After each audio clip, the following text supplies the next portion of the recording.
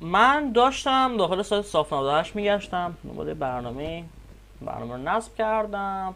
صاف 98 واقعا برنامه خیلی خوبیه، برای سایت خوبی برای نصب کردن برنامه. بعد رفتم پایین ببینم کی این سایت رو درست کرده، چون واقعا سایت خوبی هم داره، بعد نیست، سایت جالبیه، پر تبلیغه میدونید. از چپ تا راست فرادرس و هزار تا تبلیغ. خلاصه بعد دیدم طراح سایت آقای مصطفی موسوی. فعلا وقت طراحی سایت خودم ندارم و این واقعا نظر بنده رو جلب کرد. جالب بود که ایشون وقت طراحی سایت خودش نداره و خودم کسی رو دوست ندارم، توقعی هم از بقیه نیست. شما خواستی میتونید دوستم داشته باشید. منطقی رو دمش گرم.